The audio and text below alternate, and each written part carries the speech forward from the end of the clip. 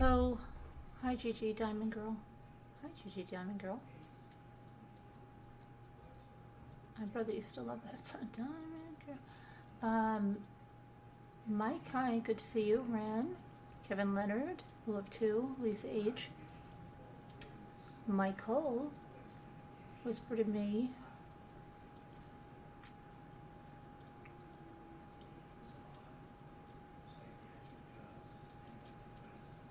Gigi Diamond Girl. All right, so, hi. Johnny Depp takes the stand tomorrow. Today, his nurse practitioner was on through a recorded deposition. It wasn't, wasn't anything earth-shattering. She didn't recall a lot. She said, I don't recall a lot. I don't recall that. She talked about a gift that he gave her as a music box, and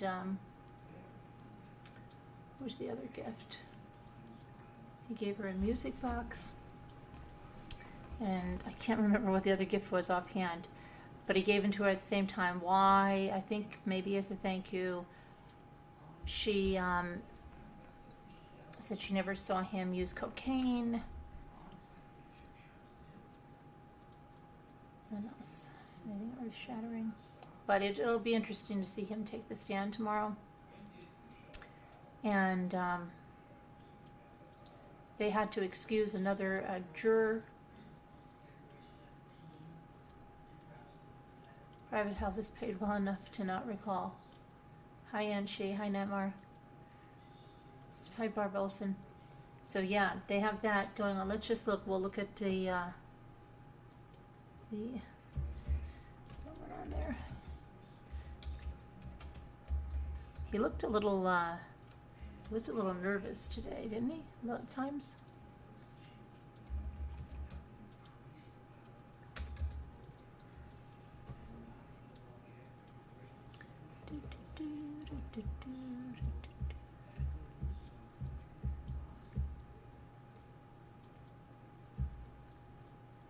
Okay, so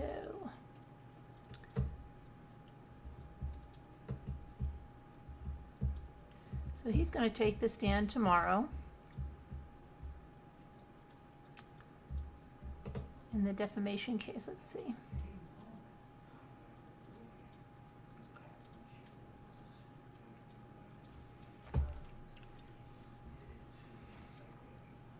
So they watched a pre-recorded video deposition of Dr. David Kipper, the Beverly Hills doctor who treats celebrities for addiction.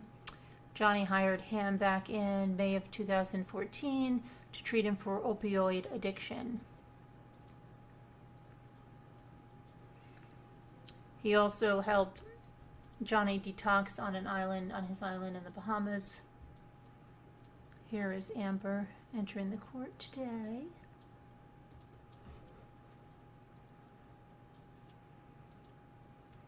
Where'd you go, Amber? Where'd you go, Amber? No, I lost Amber. Hold on.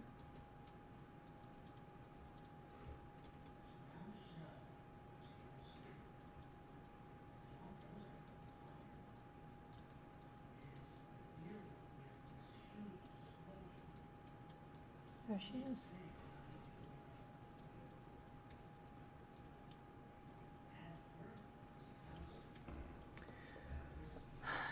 Dr. Kipper told the court that his initial diagnosis for Johnny Depp was ADHD, bipolar 1, depression, insomnia, chronic substance abuse disorder, and chronic reflux.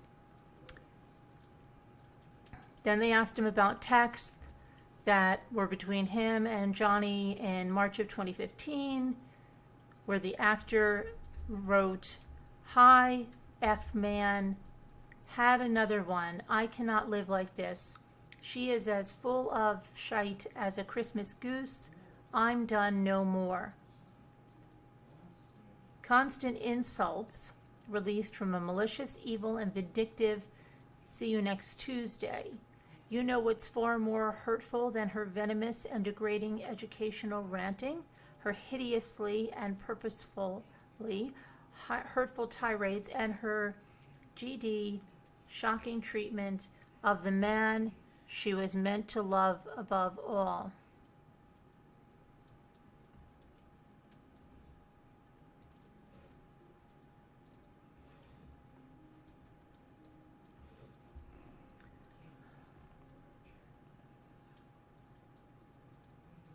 Here's the real deal, mate. Her obsession with herself is far more important. She is so effing ambitious. She's so desperate for success and fame. That's probably why I was acquired, mate. She has hammered me with what a sad old man has been I am. Sad old man has been I am. I'm so very sad. Now, when he was questioned by Johnny Depp's lawyers, Dr. Kipper said that he also began to treat Amber Heard sometime after August 2014, when Johnny did a detox on that private island. One of Johnny's lawyers asked Dr. Kipper, did Amber Heard ever seek treatment for injuries as a result of domestic abuse? To which he said, no, she did not.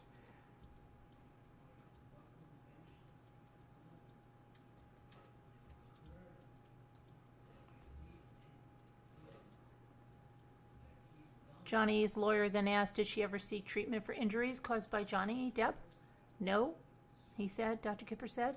And when they further questioned him, if Amber ever told Dr. Kipper that Johnny abused her, he said, no, she did not tell me that. And he also said that he never saw Johnny abusing Amber physically, and he never saw any injuries on her.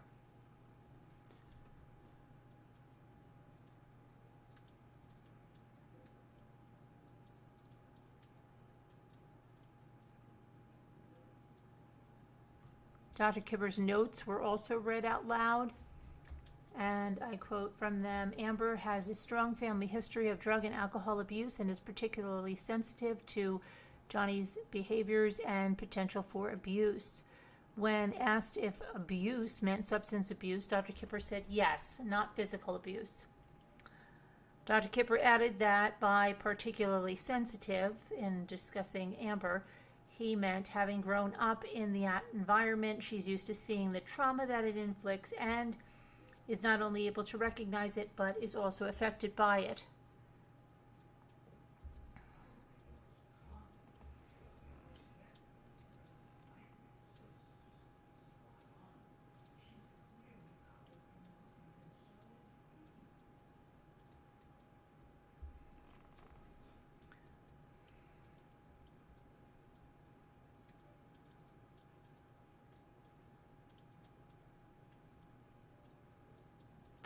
Now, a series of pictures showing Johnny with apparent lacerations, bruising, and scratches to his face, alleged to have been caused by Amber, was shown to the court.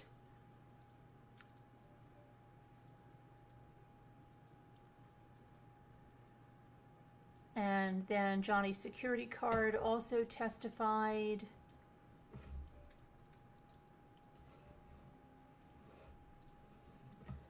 Security guard's name is Sean Bett.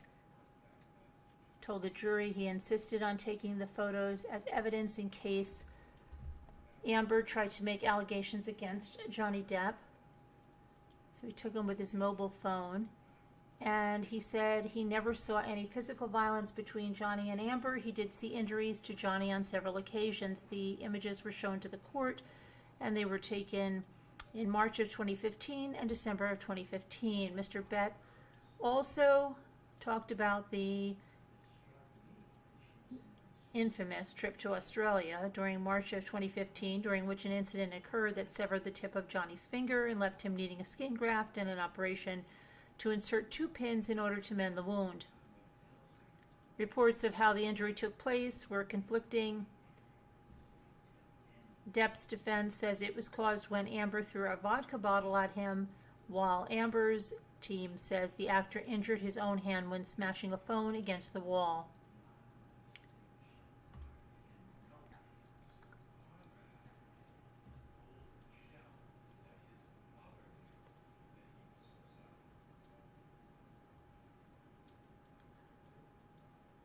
Now, Depp's former private nurse, Debbie Lloyd, also described that scene, saying she too had helped search for the missing finger, and described the house as a mess with writing on the walls and a smashed television set.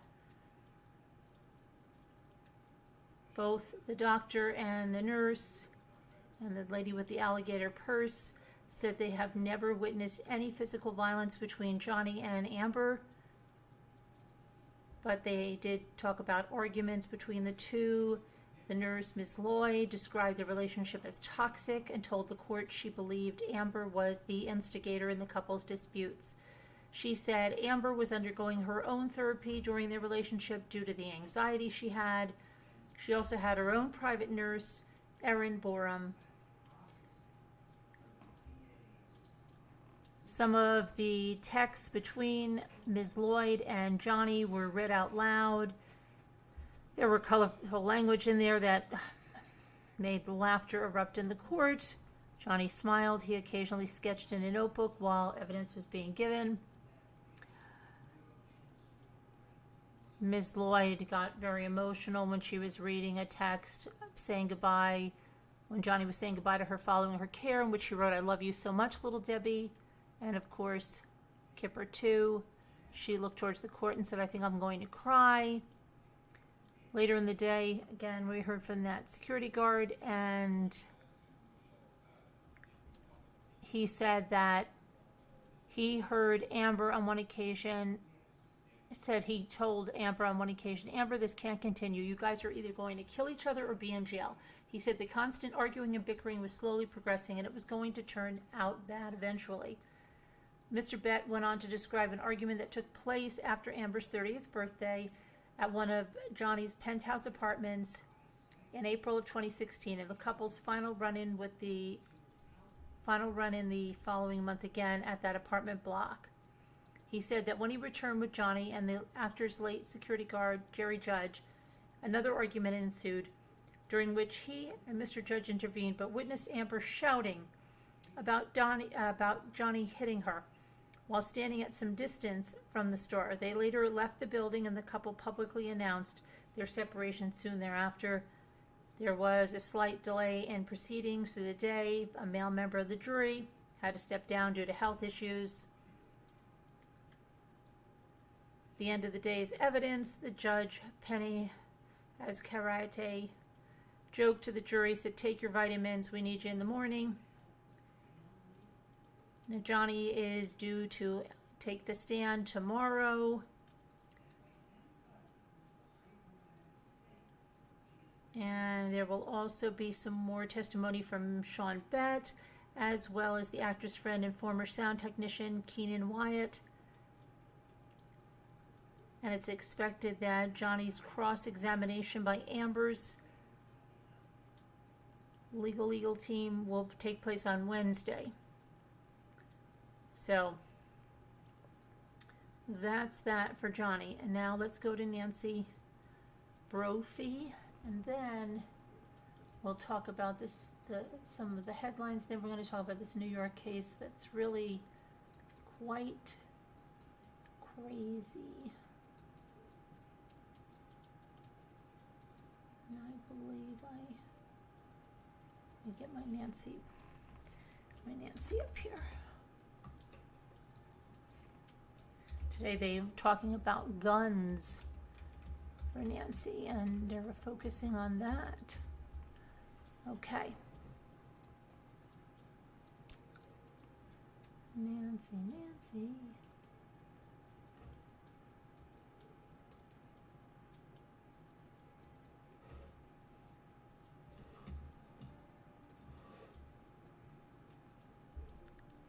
And when the detectives first spoke to Nancy Crampton Brophy, and if you're not familiar with this case, Nancy Crampton Brophy is accused of killing her chef instructor husband at the Oregon Culinary Institute in June of 2018, June 2nd of 2018.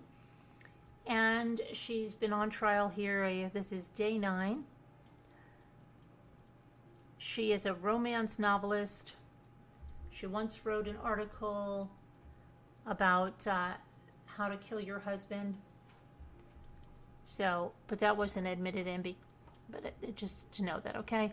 So when the detectives first spoke to Nancy to inform her about her husband's death, she told them that she and her husband only owned one gun. However, the prosecutors say that wasn't the case. Nancy lied, because she also owned a build kit for a ghost gun Glock 19 and a Glock 17 slide and barrel. And that was the focus Monday in the testimony. So Nancy, the first person to take the stand was Megan Light. She had known the Brophies for decades before Daniel's death. She described a phone call she made to detectives reporting some conversations she had with Nancy at Daniel's wake that she found unusual. The second person to testify was Brett Glendining, who sold Nancy a Glock 17 handgun at a Portland gun show in February of 2018. Detective Anthony Merrill, the lead detective in the investigation, took the stand for a third time to talk about the discovery of a ghost gun build kit in one of Nancy's storage units. Detective Eric McDaniel spoke next about the moment he found the kit. McDaniel also compared a list of minivans to the one seen on camera near the crime scene at the approximate time of Daniel's murder. Next to take the stand was Kyle Martin. That's the former owner of GhostGuns.com, a site the prosecution says Nancy used to purchase a ghost gun build kit. After Kyle, Officer Aaron Sparling testified. He works with the Portland Police Bureau's Digital Forensics Unit. He reviewed Nancy's activities on 2 laptops, which they seized through a warrant. Final witness was Patrick Cowan, who owns the gun company. The prosecution says sold Nancy that Glock 17 slide and barrel part. And so, what do we need to know from today?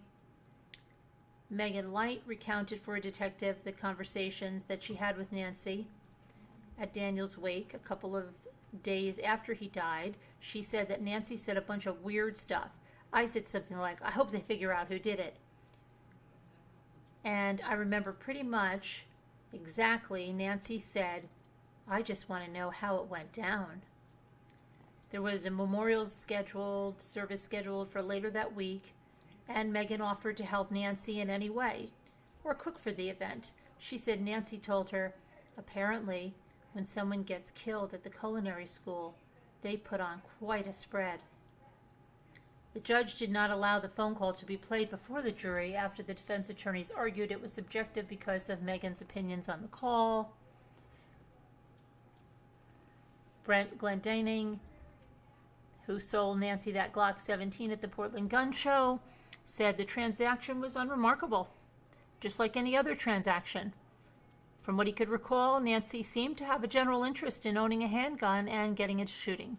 He recommended she purchase that Glock handgun because the firearm can be adapted as its user's shooting abilities develop. Prosecutors showed Glendining evidence photos of the gun they found in Nancy's house the day that her husband was killed, and he said it appeared to be the gun he sold her, and that the zip tie around the slide and barrel looked like the one the gun company would have put on it at the gun show. He noticed the slide and barrel was not seated on the frame correctly in the evidence photo, but said he imagines the slide and barrel could be removed from the frame without breaking the zip tie, and that even with the zip tie on, the slide and barrel could be fully seated on the frame. He gave Brophy 2 recommendations of places where she could go to practice firing the gun that he sold her. Detective Anthony Merrill testified a third time and said that they executed search warrants on the storage units. In one of them, they found the ghost gun build kit. Detective Eric McDaniel was the one who discovered it. He was going through a box labeled Scarves, Purses, GK when he came across something he recognized as a handgun case. He left it where it was for criminalists to take pictures, but never opened the case himself. Ghost guns don't have serial numbers. They're untraceable firearms, and they can be bought online and assembled at home. The law states that if a gun is built at home, it doesn't need to have a serial number, and the owner doesn't need to register it. Kyle Martin, the former co-owner of GhostGuns.com, confirmed what appears to be a purchase that Nancy made for a ghost gun build kit. She made that purchase on December 24th, 2017. Detective Travis Law explained that he obtained a list from the Department of Motor Vehicles of 21 minivans that were between 2004 and 2005 Toyota Siennas, the same make, model, and year of the vehicle Nancy was driving at the time. And he took those 12 minivans off the list and determined how closely they resembled Nancy's van and a similar van that was seen near the crime scene. He determined only 2 were the same color as the van Nancy drove. None of them had rims that matched the rims that in the surveillance video recorded near the scene of the crime, and none of them had the license plates numbers that matched Nancy's. Detective Eric McDaniel testified that he examined the other 9 minivans on the list and that none of them matched the vehicle from the surveillance. Nancy had been on the hunt, looking for a gun for months. They found that out because of her internet browsing history on one of the laptops that they seized. And Officer Aaron Sparling said that he checked out those 2 laptops and both appeared to be Nancy's, and one was older than the other. He said the newer laptop didn't have any information relevant to the investigation, but that older one revealed several searches related to Glock 17s and Glock 19s. November 27, 2017 was the first time Nancy visited that ghostguns.com site, and she placed an order from the site about a month later on December 24th of 2017.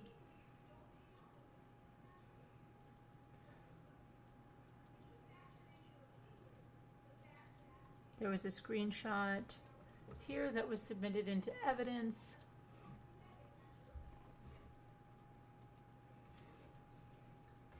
Showing on 11/27/2017, history artifact, the user visited the URL ghostguns.com. On 12/12/2017, the user visited the URL ghostguns.com.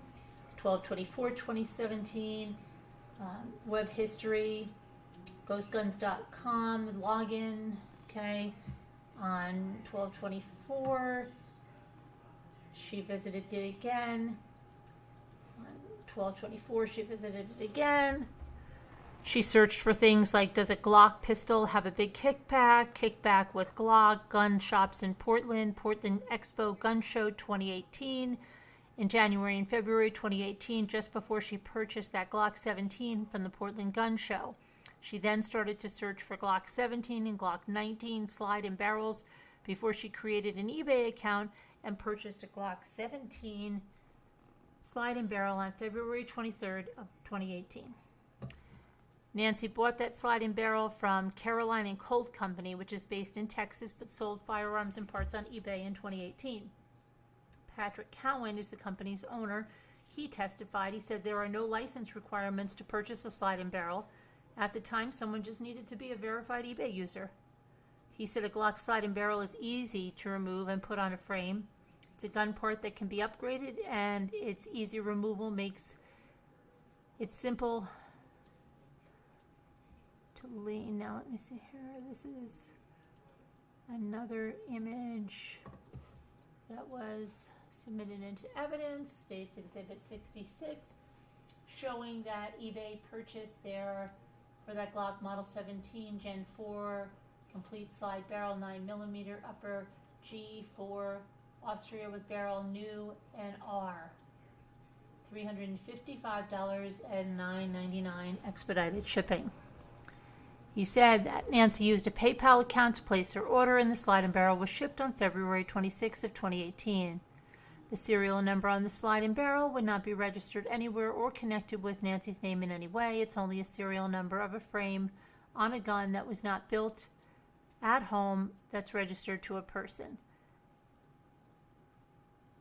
Now, in the opening statements, the prosecution said that that slide and barrel that Nancy ordered was never recovered. Okay, and that's that. And let's see, now we're going to go to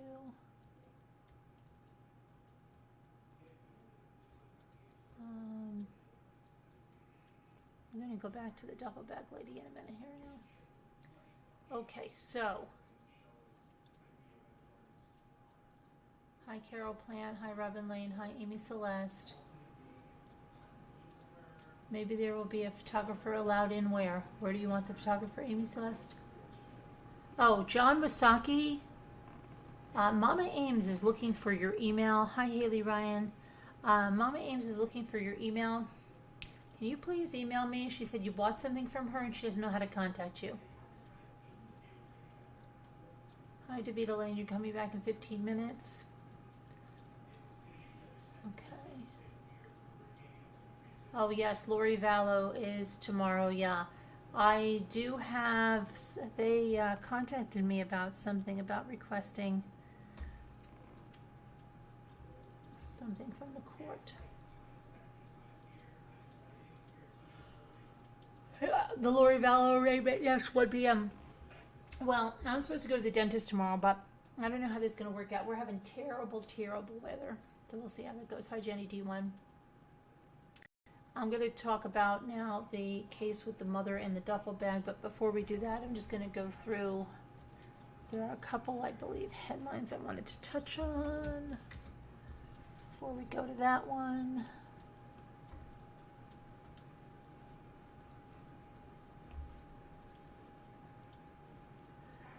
You probably heard that the Sherri Papini, the one that faked her kidnapping, pled guilty, right? You heard that? Took plea deal. That was a strange case. First they said it was a hoax, then they said it wasn't, then they said it was again. But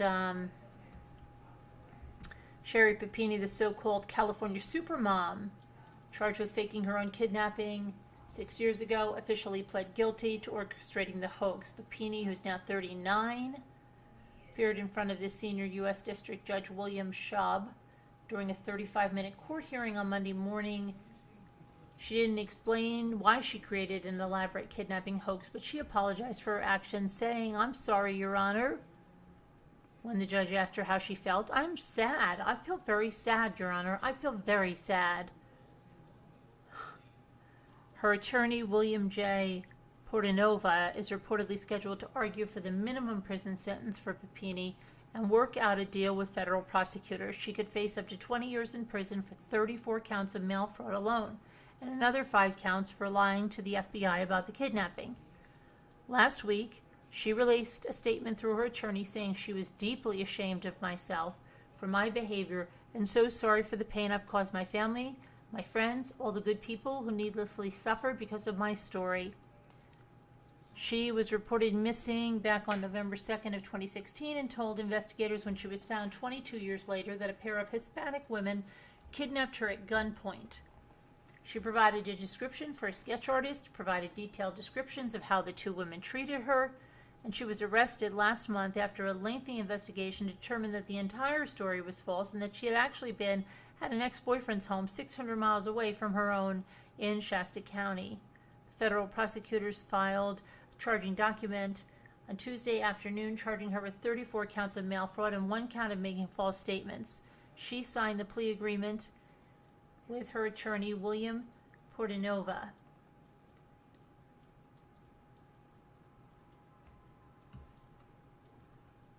Defendant Sherri Papini knowingly planned and participated in her own hoax kidnapping and then made materially false statements to FBI agents about the circumstances of her disappearance and committed mail fraud based on her hoax kidnapping. So the plea agreement documents filed in federal court say. She's expected before a magistrate judge this week, at which time she will plead not guilty, and then she will be returned to the court before a district court judge to change her plea to guilty on 1 count of mail fraud and 1 count of making false statements. She said her kidnappers abused her and then shoved her out of a car on Interstate 5 in Yolo County, where she was found tied around the hands and ankles with a metal chain around her waist. She was emaciated, her hair was cut shorter, and she had cuts and bruises all over her body.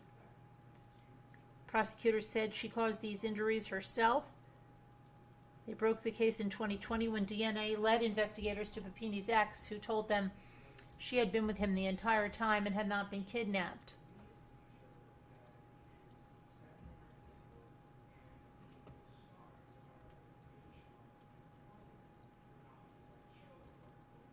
And Cassie Carli's ex is finally going to be facing charges here.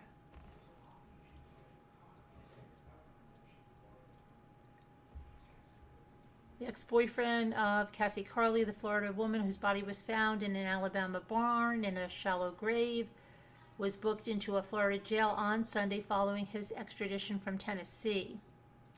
Marcus Spanavello, 34 years old, was transported to Santa Rosa County Jail after waiving his extradition rights. Marcus is charged with tampering with evidence, giving false information concerning a missing persons investigation, and destruction of evidence and obstruction of justice. Marcus is not charged in connection with the death of Cassie Carli yet, who reportedly vanished on March 27th while meeting him in a parking lot for a exchanging of their child in Navarre, Florida. Cassie and Marcus reportedly met at the parking lot so Cassie could give their 4-year-old daughter Sailor to him. The following day, authorities found Cassie's car in the parking lot in another it was not in the restaurant parking lot, it was in another parking lot. And Spanavello was arrested in Tennessee on April 2nd, the same day that Cassie's body was found in a shallow grave in a barn in Springville, Alabama. The barn property has been linked to Marcus, who resides in Birmingham, Alabama area. And the evidence tampering charges because it pertains to Cassie's cell phone. Santa Rosa County Sheriff Bob Johnson said the body was identified by Cassie because of a tattoo. Authorities have not revealed a cause or manner of death. He anticipates more charges being filed against Marcus, who has just reportedly not cooperated with their investigation. He has been charged with obstruction of justice because he is refusing to give a DNA sample. Johnson said he's been acting like a dirtbag. He's never cooperated with us at all. Okay, so we'll see what happens there. And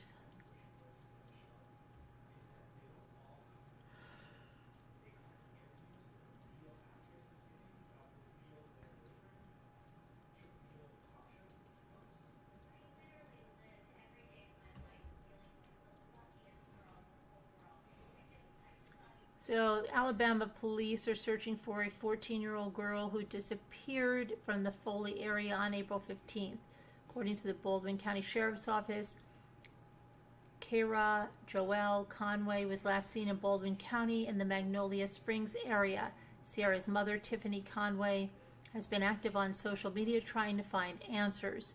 We are working with police, both county and city. She does not have a phone from us with her. We have reached out to news channels. We're tracking every possible lead. We also rode through every community we thought she might be in and talked to people, hung flyers, and went in during church services and interrupted to ask the congregation to look for her.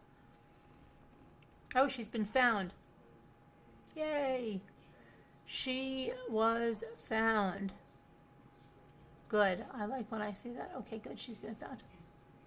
She's been found.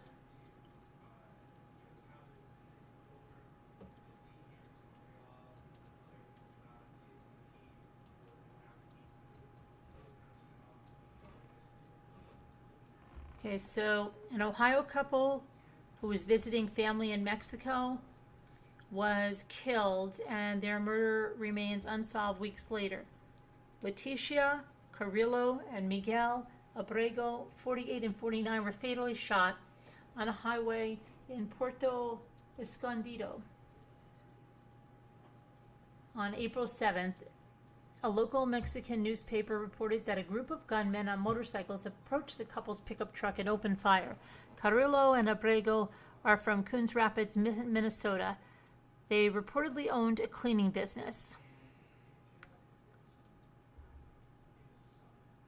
A motive has not yet been disclosed, but their family said that police said they are investigating their murders. There's a whole lot of anger that comes from not having those answers, not having the information we need.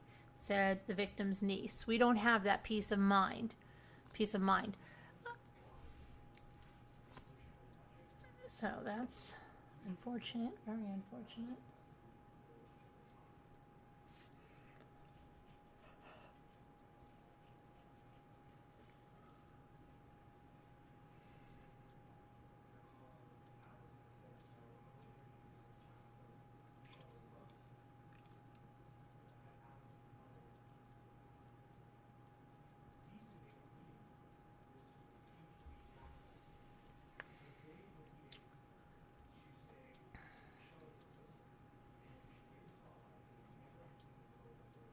Okay, so let's go to this mom in the duffel bag.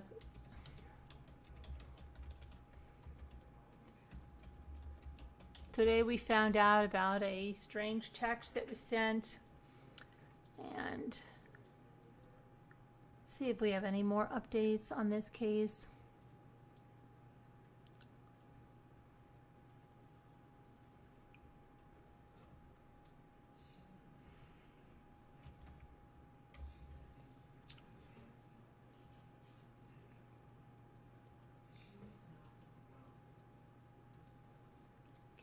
And we have that surveillance photo and everything. Hold on. No, just one.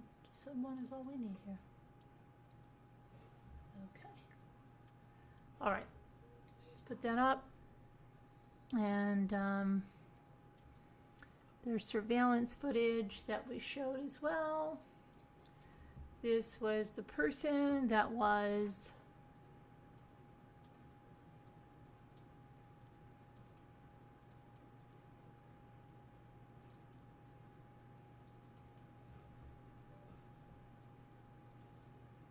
hold on a minute here.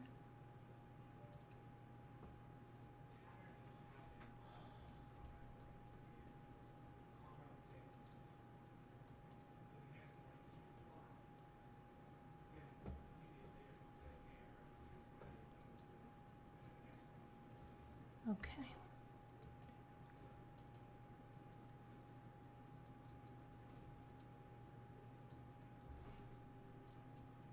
There's the person there. Now I see another person here, and now this looks a little bit different. This may be another view. Now this looks like a person over here to me.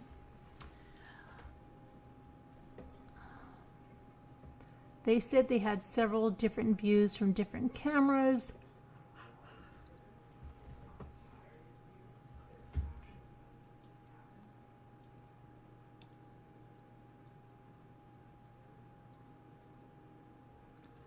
And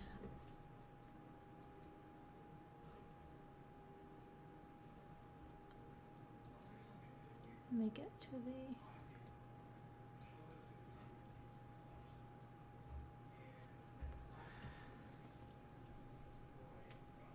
so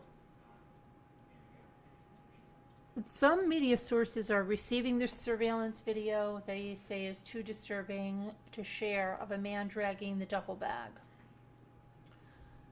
Police identified a person of interest known to Gaal in the case Monday afternoon. No arrests have been made. She was stabbed about 60 times. I've heard between 58 and 60 times. The suspect allegedly sent a haunting message to Gaal's husband after her death, which said that he was back. She sent him to jail years ago. If they call police, the whole family is next. Sources say they believe Gaal told her youngest son she was going out to see a show on Friday night, but at some point she met up with a man. The man's believed to have murdered Gaal in her basement. Investigators believe she knew the person because there are no signs of forced entry. Any tips can be submitted to 1-800-577-TIPS. Now let me just see here.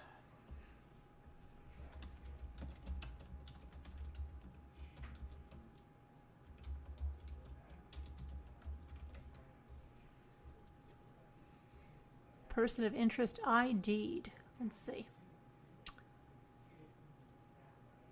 Gruesome new details came to light. Law enforcement sources say that Orsolya Gaal was stabbed some 58 times in the neck, torso, and the left arm. The sources also say that she had wounds to her hands that were likely from her attempts to fight off her attacker.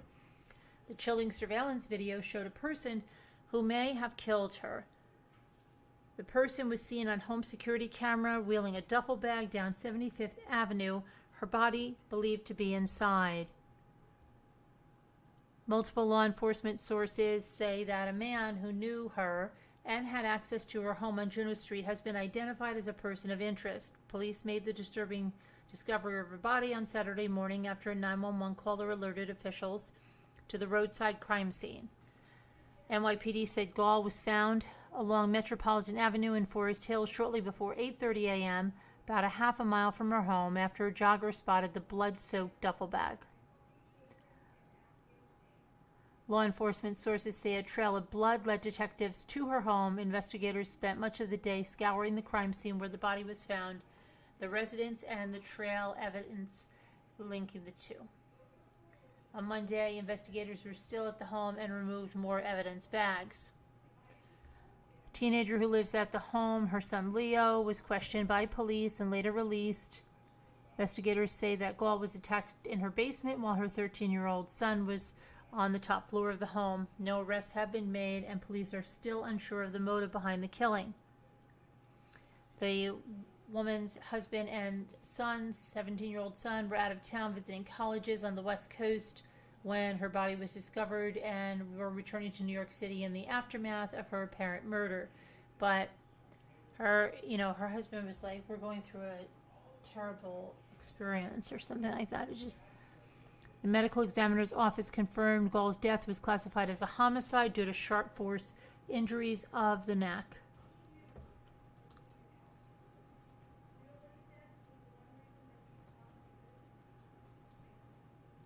Now, they're saying that the media was originally told that the woman's husband and son were potential suspects in the case, but they're no longer considered persons of interest.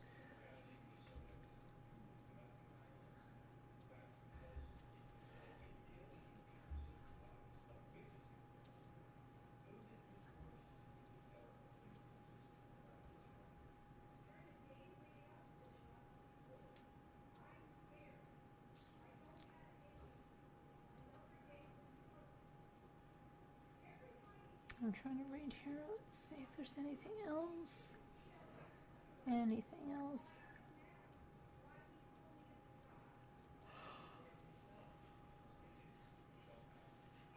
On a quiet tree-lined street in Forest Hills, crime scene tape wraps around a Tudor home. It's the home of 51-year-old Orsolya Gaal. It's the last place she was seen alive before her body was stuffed into a hockey equipment duffel bag and rolled down the street a half a mile away. Everyone is on edge because apparently a killer is running around, just butchered someone yards away from our homes, and he's still at large, and we don't know who it is or what the motivation was, said Nick Bass, who lives across the street. A trail of blood from the duffel bag led police back to that home in Forest Hills. It's a gated community. Police were seen leaving with a box of evidence on Monday. They say Gaal was home this weekend with her younger son while her husband and older son were out of town. They were in Portland looking at a college. Let's see.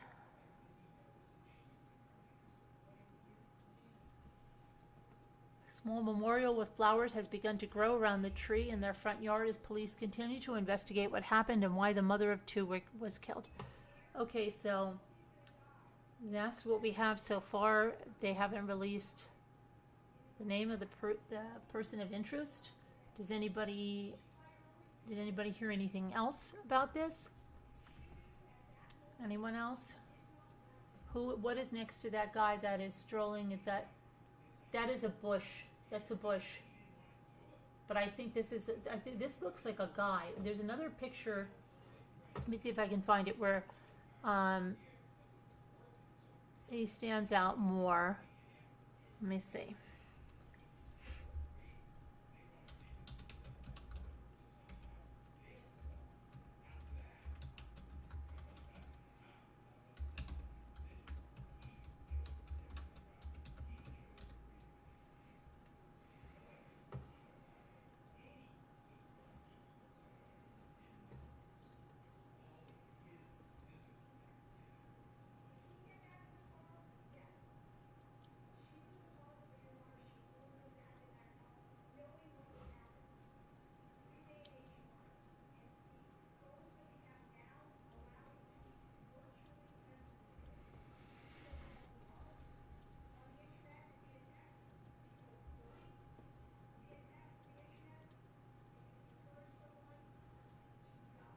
guess that's the one we had, but it seemed like the one we were looking at yesterday.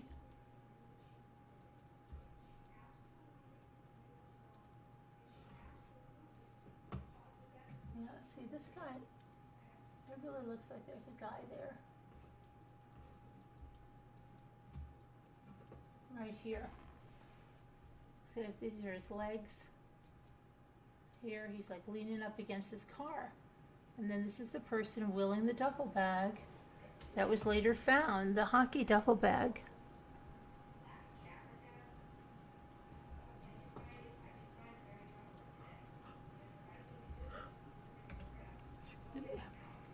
Excuse me.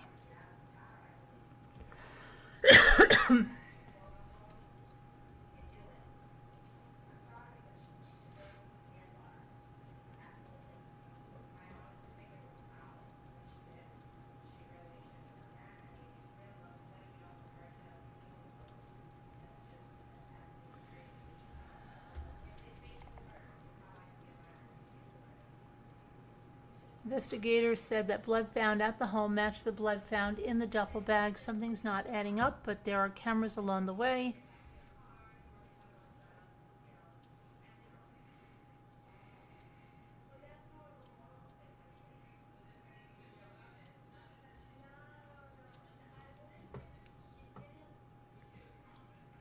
Let me see if I see anything more on Facebook about it.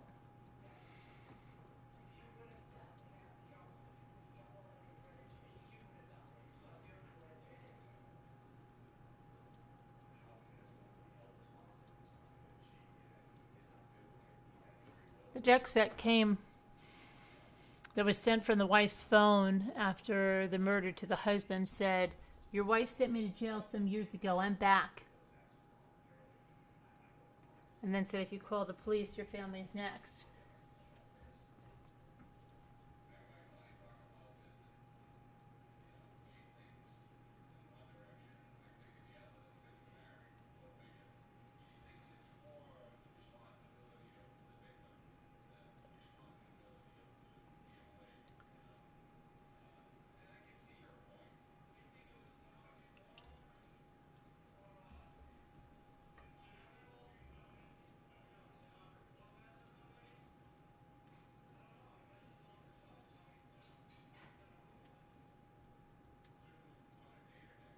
Her husband's name is Howard Klein. Has his own company. He's an equities advisor.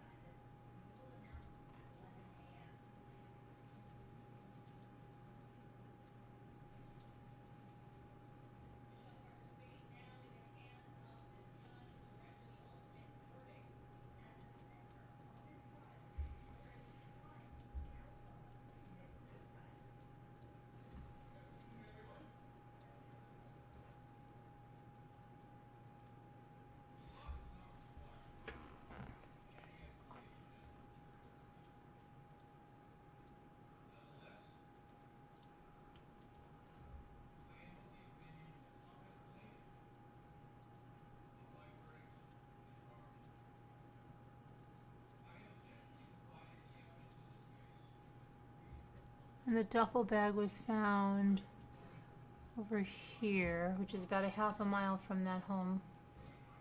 It's found right in here.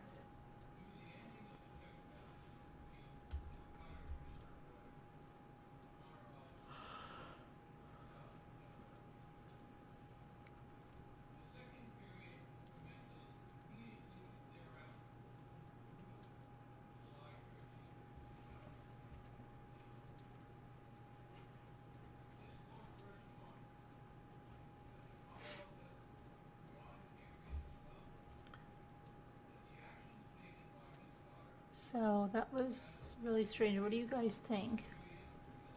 What do you think's going on here? Over 50, Amy Celeste. Yeah, between 58 and 60, maybe more. You know, but it's a heck of a lot of stab wounds. That's a lot of emotion going into that. No forced entry into the house. And Nicole Morgan, none of that. So what do you think there? Over 50, about 60 stab wounds.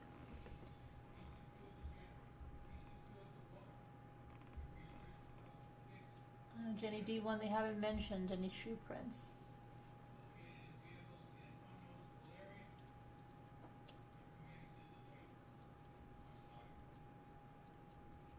I guess so, Barb, about the hockey bag.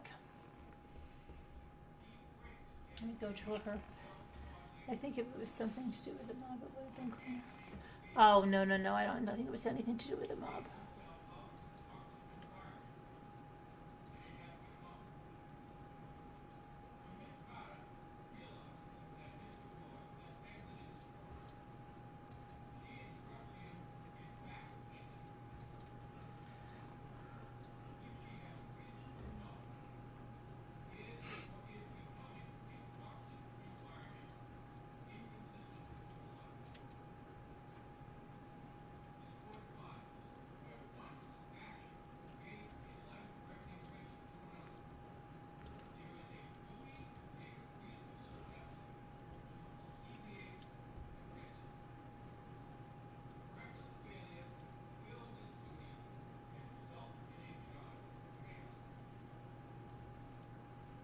Trying to get something over here.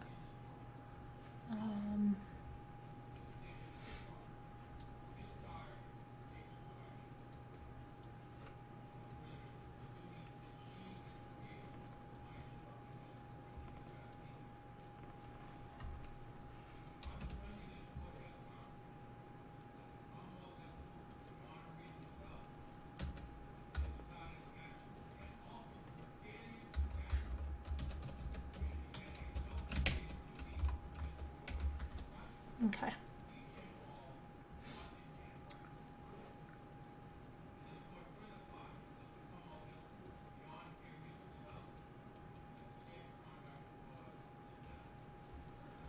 All right, let me see here.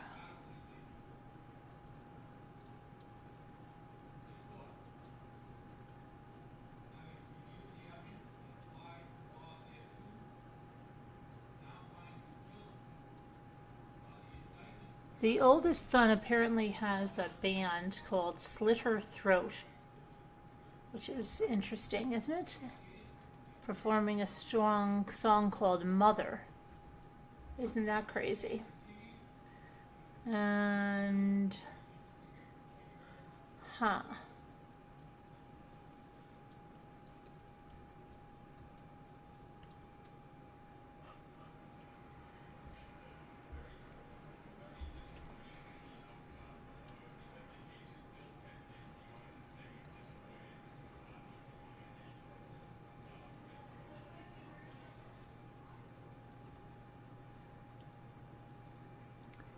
So now they're saying, hold on a minute, let's see what this says about.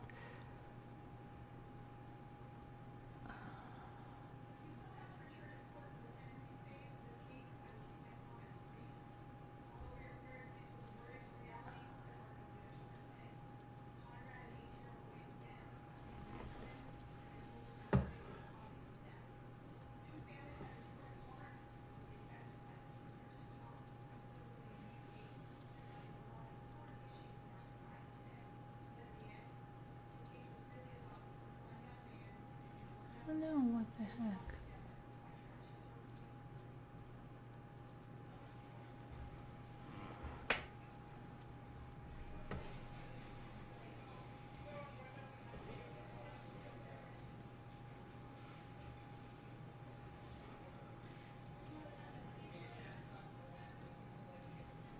Let's look at her Facebook again.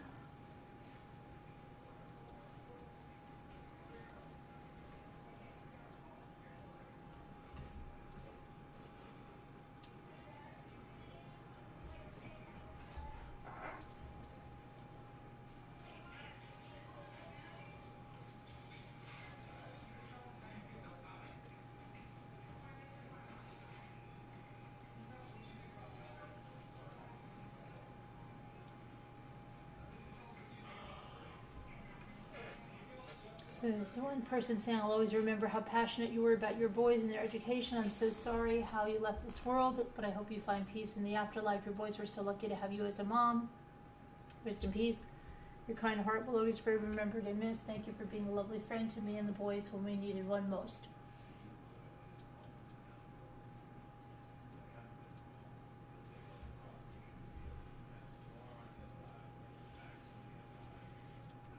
Oh, nothing much going on there.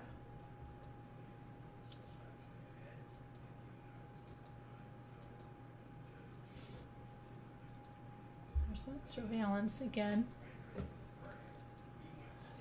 Just wondering about the oldest son, and hadn't he at some point gone missing? Yeah, and so had the wife at one point. Both of them. I believe it was in 2020, but then he was found. I don't think, I mean, it was very quick.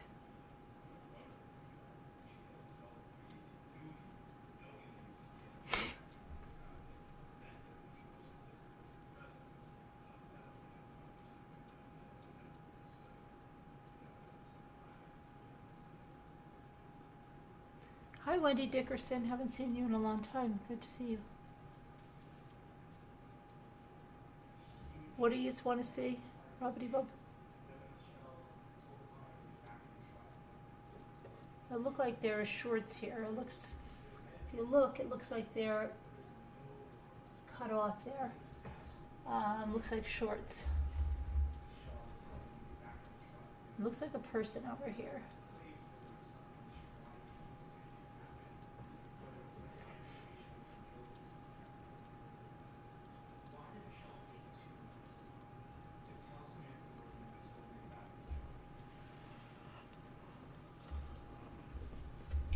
Okay, Annie. I don't know.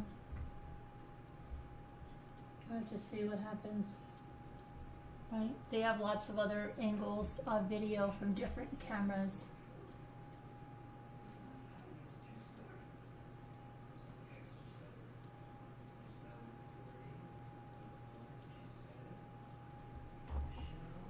Yes, the oldest son was with the father, yes. So that's what I have there on that. I mean, I don't know.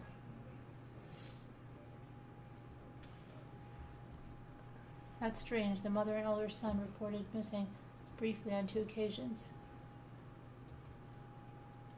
I don't know. Could just be teenage angst, and she could have just been pissed off. I don't know. I don't know. I don't.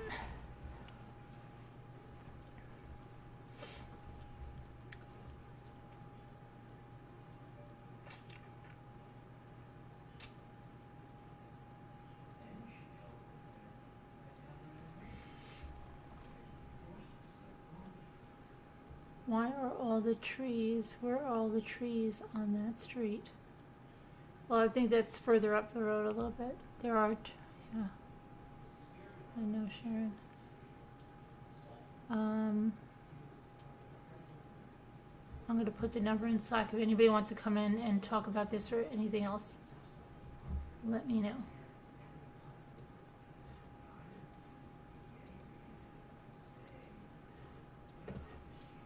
Do, do, do, do, do.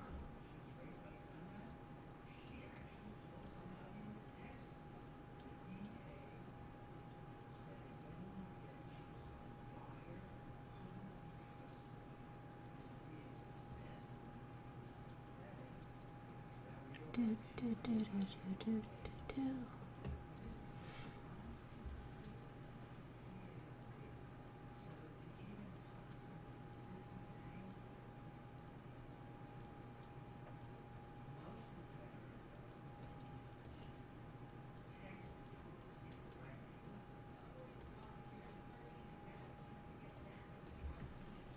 Shoot, I thought I copied the thing, but I didn't. I didn't.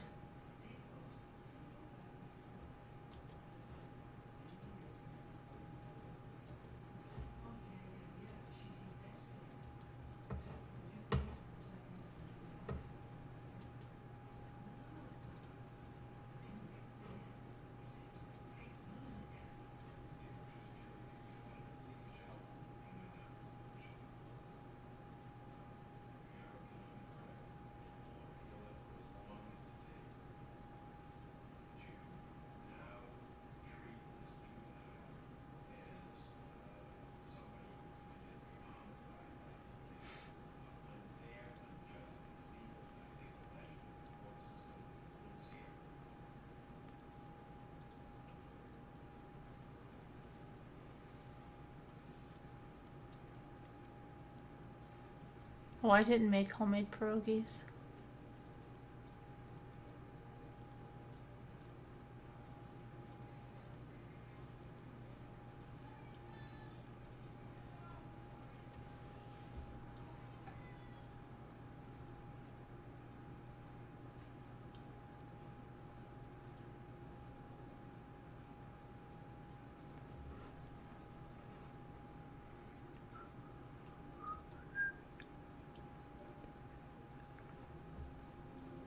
Okay, let me see something.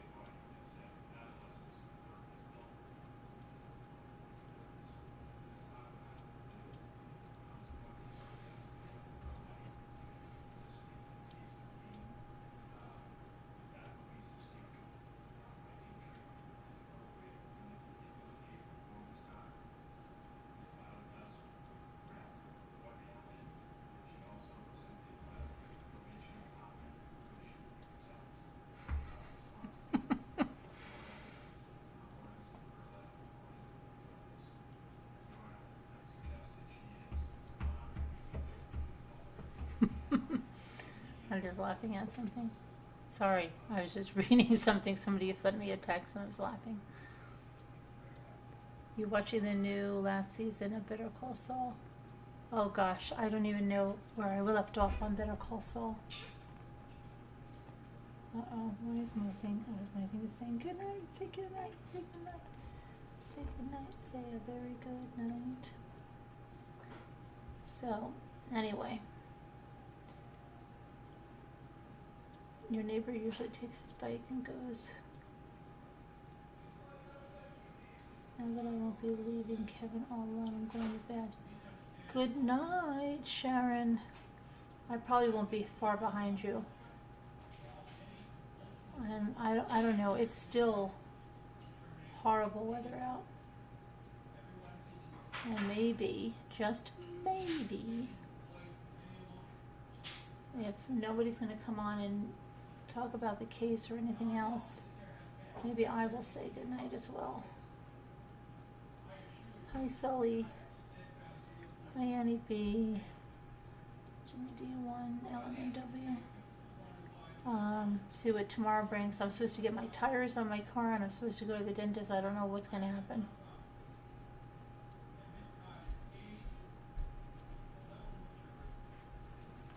So we'll see.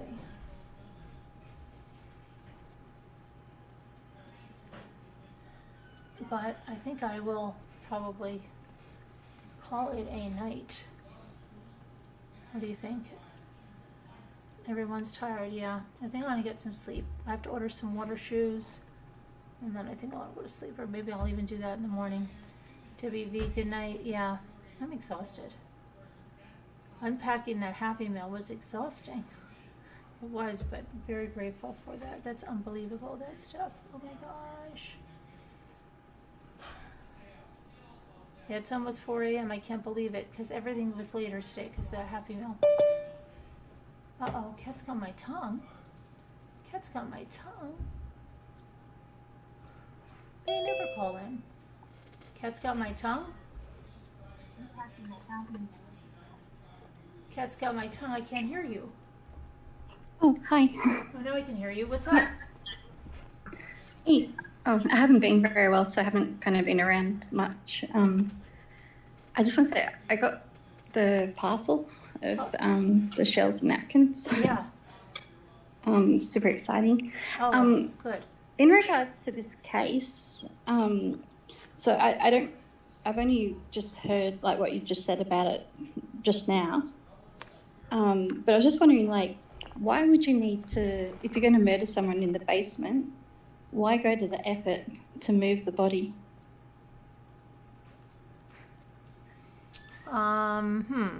Well, why also would, if it really is a person that she sent to jail, which they don't elaborate on how she sent this man to jail, if she did, right?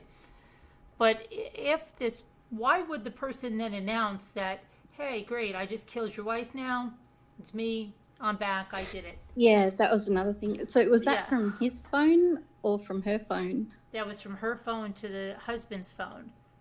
Because it kind of like, it just has that kind of feeling that like it's been set up, and you kind of have to wonder like the classic questions like how much was she worth dead? Like, did she have an insurance policy? Right, there's a and lot of questions. Were they having relationship issues?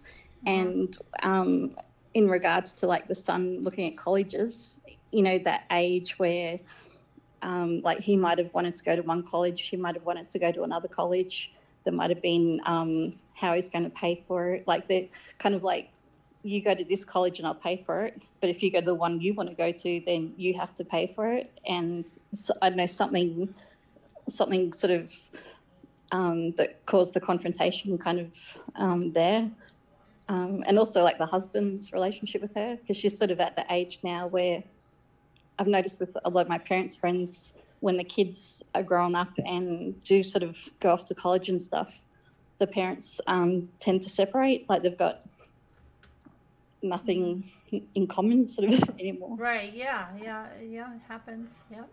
And I'm guessing that the 13-year-old son, they would have known that he would have been on the top floor with earphones playing online games or something. Maybe that was... Yeah, you know, there's so many things that are like reported differently and they're not, you know, said like, why did they take him out in handcuffs? That's weird, okay? Even if they wanted to question him, you know, it's weird. It's like they right away thought he was a suspect, you know what I mean? That he was taken out in handcuffs. Why was he taken out in handcuffs? You mentioned that it was a gated community. A gated community.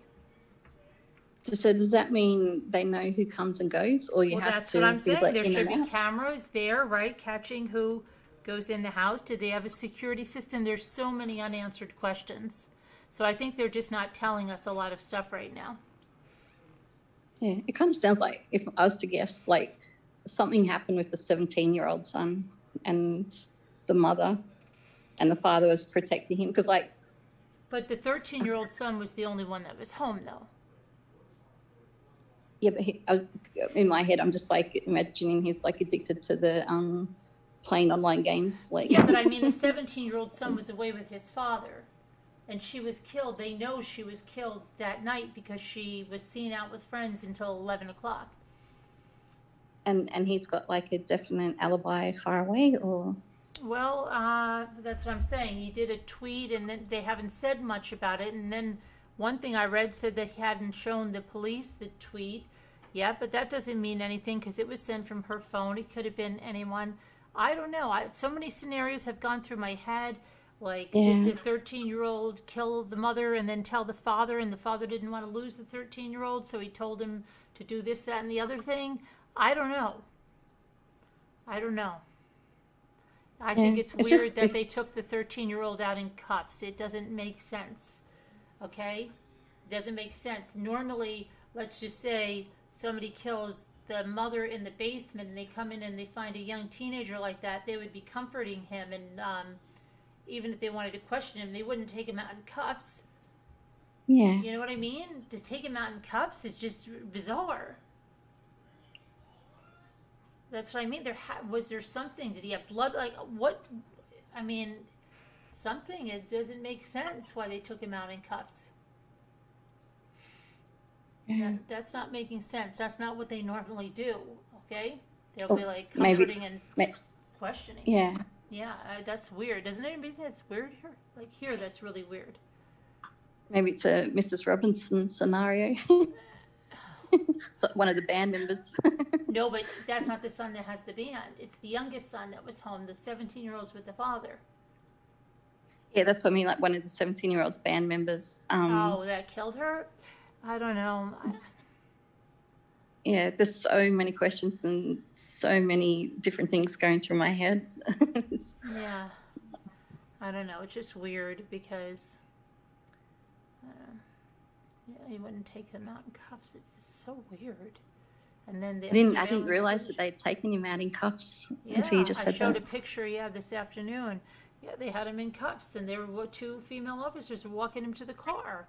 And I mean, that's not what you do. Like, oh my gosh, your mother's found dead, and okay, well now we're going to put you in cuffs and take you down. So how did the police end up at the house? Because when the duffel bag was found, the blood trail led right to the side door of the house. Okay. Yep. So it's just bizarre. I don't know. I really don't know what to make of this, and definitely need a lot of questions answered. You know? Yeah. Who found the body? A jogger found the body a little after 8 a.m., Jenny D1. Then another person found the body after that, opened the bag, and it was like crazy. So there's people already touching the bag. I don't know. The defense lawyers will have fun with that one. Yeah. So many women are just like being murdered. It's crazy. I always get really nervous when you go on your walks. Oh yeah. My anxiety levels just like Really? tend to, yeah. Yeah. Especially that time when you saw like, did you hear that? It was like a gunshot. It I'm was like, a gunshot. Yeah, that was scary. That was like wacko. But it must have been the guy on the farm. He was probably shooting at a fox or something. Yeah. Can you like take the dogs with you or? Yeah, I can. Yeah. Maybe I will next time. But sometimes they slow me down a little bit. But yeah, I'll take them. I can take them. But it's all right. I mean, I'm not worried. I really am not. I had that little twig. Remember that I picked up my twig that I needed for my art project. This was good defense. I could stab him in the eye with this. But that's why I have the video as alive, and if somebody comes after me, I say, oh gosh, they already got your whole ID and everything. Everybody knows you. You're live on YouTube right now, whatever you do. No, but that doesn't help if something does happen to you. Like, we know who did it then, but yeah. Oh my gosh. We love you and like to keep you in one piece. Yeah. Oh my goodness.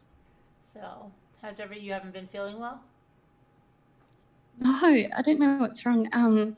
So we had my little sister's kids were off with her ex for the holidays, and so it was kind of like just my older sister's two kids and my two sisters and my parents and myself. Right. So we were going to go out to lunch, and then my son was coming in to go to the airport to fly out to. He was like representing the state in sport, and he paid for this trip like about 3 years ago, but because of COVID, it kept getting cancelled. So it was finally happening, and he was off to South Australia, and so he made it to Canberra, but he tested positive for COVID. Oh, so wow. So he's staying at my parents' place because they've got like a massive place, and he can be isolated down one end of the house. But then that means my parents are kind of like they're in isolation too and can't go anywhere. And so my sister sent me a text message saying that like she's cancelled the lunch because, you know, everyone's in isolation. Right. So I sent it back a modified picture of, you know, the soup Nazi. I wrote, no lunch for you. Like, Yeah, right. no Easter, no Easter for you. Come back 1 year. Yeah, and right. I thought it was funny, but she never replied. Oh my gosh. I thought, oh, I hope she didn't take that the wrong way. No, it's crazy because I know there's a lot of people that thought Easter was going to be the same, and there's a lot of people testing positive, and they weren't able to have stuff. You know, it's crazy. But I've been so I don't know what's wrong. I'm just so fatigued, and I'm not sure if it's the moon. The moon was like the past 3 nights has been like a full moon, like right above my house, and it feels like it's so close that I could like literally touch it. Like I've never seen the moon so close to the earth before. It's just crazy. Right. But I've had really, really bad migraines, and me too. I've had these days. Well, I had like headaches for 3 days now. You know? Yeah, because sometimes when the moon is in that kind of spot in the sky, I do get like hormonal headaches and stuff. But these ones are just like debilitating and just tired and just feeling rotten. So I was just actually thinking I should maybe take a COVID test because I was kind of out and about before Easter. No, because I haven't been able to see him, which is really frustrating.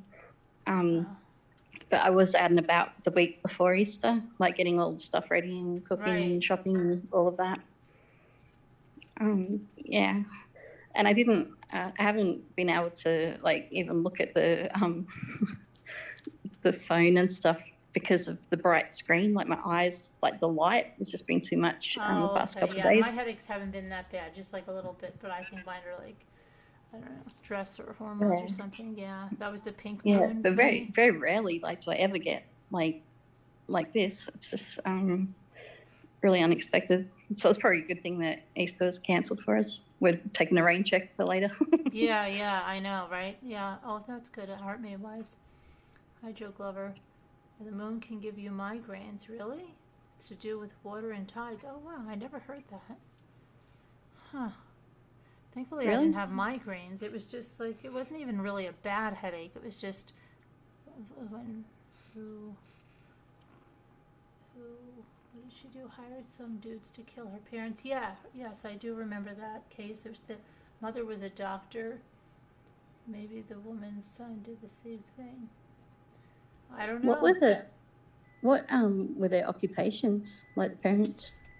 She did a lot of work. She would travel to Guatemala, and she was like working, putting up, I guess, maybe building schools or something. She did a lot of charity work, I think, as well. She went to a business school, and her husband owned his own firm, and he was an equities advisor, and he traded ion lithium that's in batteries. He was a trader of that. So, I mean, they had money. They lived in a $2 billion house in Forest Hills, and so they did have money.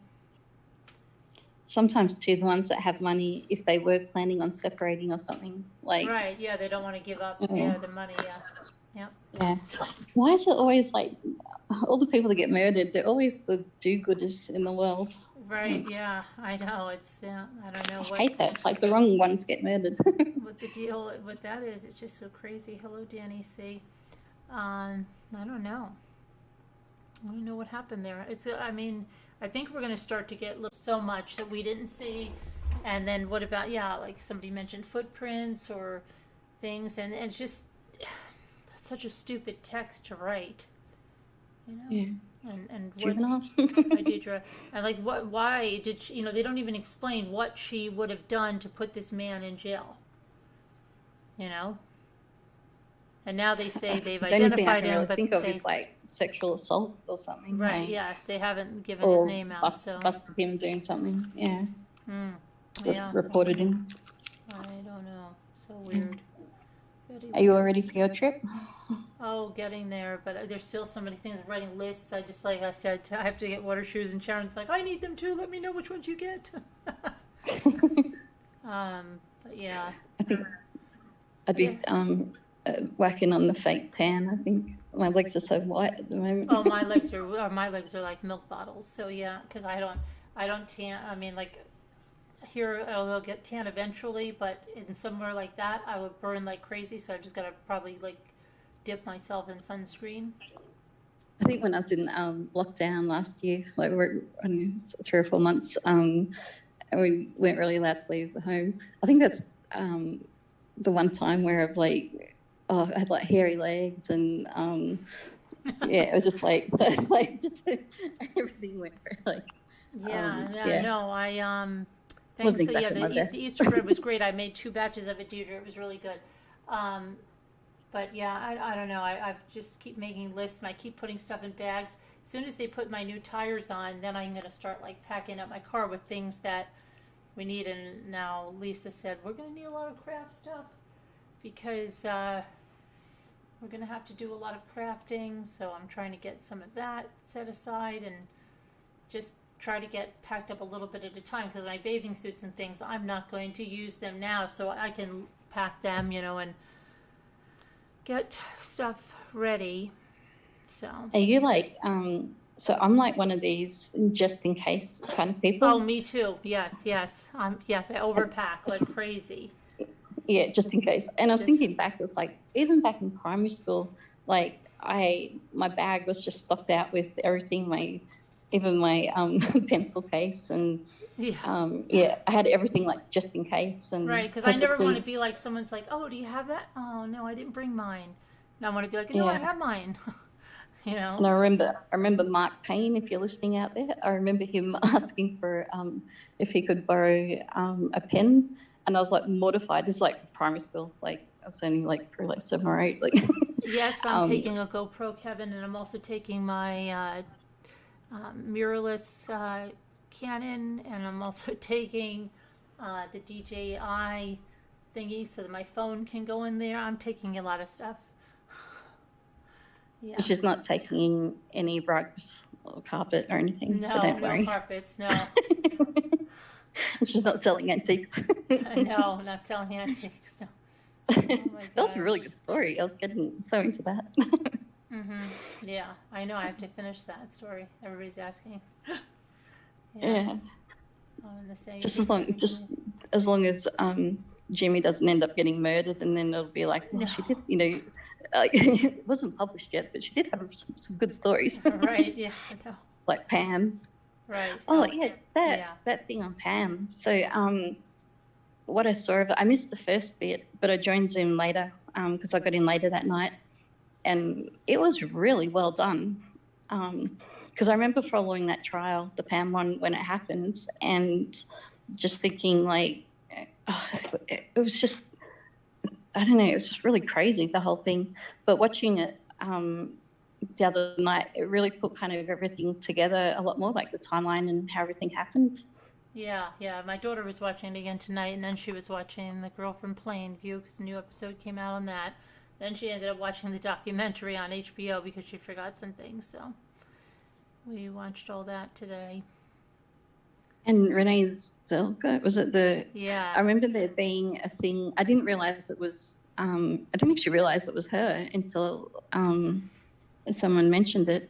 But I remember there being a big thing about her getting the part and wearing a fat suit. Mm-hmm. And there was a big thing about like, why couldn't someone that's already that size play the part? But then I think after watching it, it's like she really did that justice. Like I couldn't believe it, and it looks like it's really her. Like it doesn't look like it's makeup or anything. It's so weird. It really looks like it's her. It's just so strange. She did a good job. Yeah. Yep. All right. Well, I'll let you go. And I'm going to go. I think I'm going to go to bed and get some rest. And tomorrow we'll see, because it's still snowing. We'll see what happens in the morning. But the attorney book is great.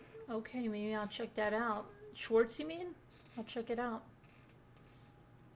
I can't wait to hear the end of that story. Okay, the next time I can get on a walk, let's hope it's soon. It's Looney Took weather. The girl on panel seems so nice, Mike says. That's Cat's Got Your Tongue, Mike. She is very nice. Hi, Mike. So that's Mike. Mike's back. He missed us. Oh, Mike from. Mike. I haven't seen Mike for ages. You've seen Mike. Yeah, Not he for thought ages. he thought he could leave us, but he can't. He had to come And back. it just keep coming back. Yeah. Just like me with my parents. Every time I moved out of the home, it was like they called me their boomerang child because I'd move out, and yeah, I just keep coming back. That's right. It's only because I was a horrible, like, stubborn child. Oh, All my really? life, my parents had told me, like, when you live in, like, when you turn 18, you can do what you want. And so I Yeah. finally turned 18, and it changed to, you live in my house, you go by my rules. And so I Right. moved out. It's just I being see. spontaneous and, like, yeah. But then Yeah. I came back with my tail between my legs and did last one. Yeah. All right. Well, good to have you up on panel. All right. Well, hi to everyone else that's out there, and take care of yourself, See you Caroline. later and enjoy the package. Oh yeah, I'm just about to like, yeah, try not to get too excited so I don't have a cataplexy attack. But yeah, I'm dying to paint some shells. So Right. All right. Yeah, let me know how they turn out. Take all care. right, thanks Have a for the good night. inspiration. Yeah, All right. love you. Love you guys in the chat. God bless. Prayers, and we'll see you tomorrow. Take care, everybody. Bye-bye. See you, James. Bye.